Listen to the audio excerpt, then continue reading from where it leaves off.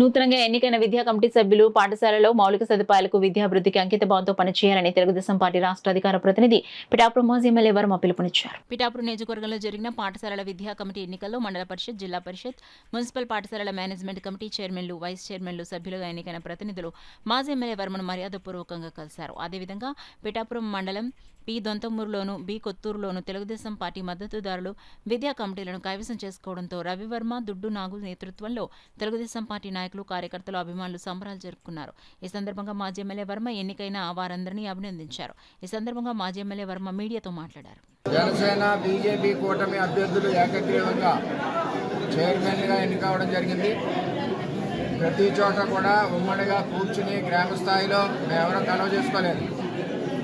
Telugu Desam party నాయకులు, జనసేన నాయకులు, BJP నాయకులు కూర్చుని అన్ని స్కూళ్ళలోనే ఏకగ్రీవంగా జరిగింది.